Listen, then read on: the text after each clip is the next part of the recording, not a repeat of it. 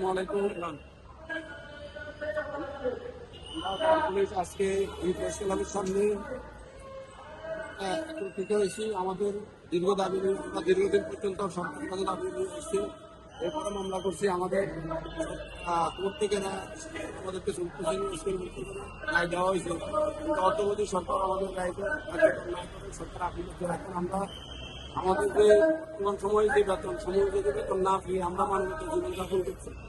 এমন অবস্থা আমাদের পরিবার নিয়ে আমরা সংসার পরিচালনা করে খুবই দুর্বিষহ হয়ে গেছে। জীবনযাপন আমাদের কষ্টসাধ্য হয়ে গেছে। এমন অবস্থায় আমরা আজকে দেশ খেলার আমরা হয়েছি আমাদেরকে যাতে সরকার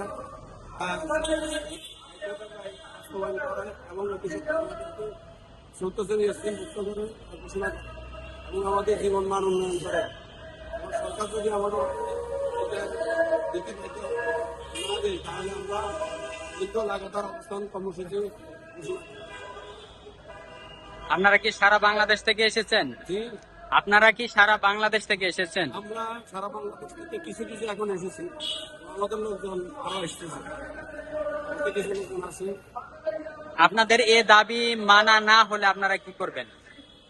আমরা অবস্থান কর্মসূচি ঘোষণা করি, লাগাতার অবস্থান কর্মসূচি ঘোষণা করি। আপনার নাম কি? আমার নাম মুহিউদ্দিন।